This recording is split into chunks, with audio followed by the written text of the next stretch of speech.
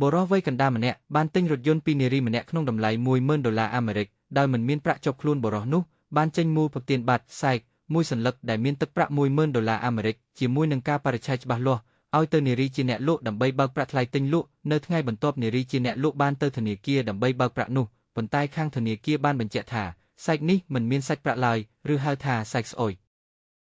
សកម្មភាពរបស់បុរសវ័យចំណាស់ខាងលើជាអំពើមើលច្បាប់ហើយបើយោងទៅតាមមាត្រា231នៃច្បាប់ស្តីពីឧបករណ៍អាចជួញដូរបាននិងប្រតិបត្តិការទូទាត់សងប្រាក់ត្រង់កថាខណ្ឌទី3ចំណុចទី3បានបញ្ញត្តិថាបុគ្គលណាដែលមិនបំពេញកាតព្វកិច្ចចំពោះឧបករណ៍អាចជួញដូរបាននៅពេលដល់ឥនប្រតិទិនដោយមានបំណងនិងដោយមានចេតនាធ្វើឲ្យខូចប្រយោជន៍អ្នកដទៃត្រូវផ្ដន្ទាទោសពិន័យជាប្រាក់ចំនួនពី2លានដល់6លានរៀលនឹងត្រូវ